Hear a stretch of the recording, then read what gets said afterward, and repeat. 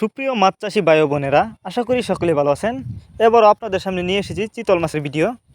Because আপনারা যারা চিতল মাছের পোনা চাষ করতে চান এবং নতুন পোনা খুঁজছেন, তাদের জন্যই মূলত আমাদের আজকের ভিডিও, তাই সম্পূর্ণ ভিডিও দেখতে থাকুন।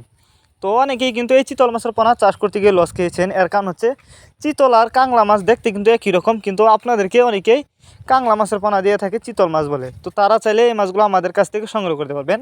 দেখতেই পারতেছেন চিতল মাছ কিন্তু চ্যাপ্টা সাইজের, আর দেখতেই পারতেছেন শরীরে কিন্তু কালো কালো দাগ আছে। তো এটাই হলো অরিজিনাল চিতল মাছের পোনা।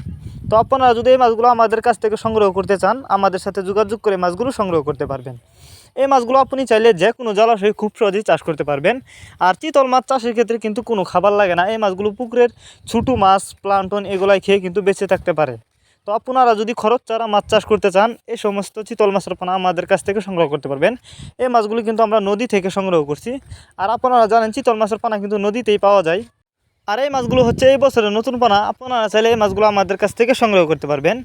আর চিতল মাছ কিন্তু অল্প সময়ে চাষ করে বাজারজাত করা যায়, এই কারণে মাছগুলো দ্রুত বড় হয় এবং যে কারণে চাষ করে মাছগুলো অল্প সময়ে বাজারজাত করা যায়।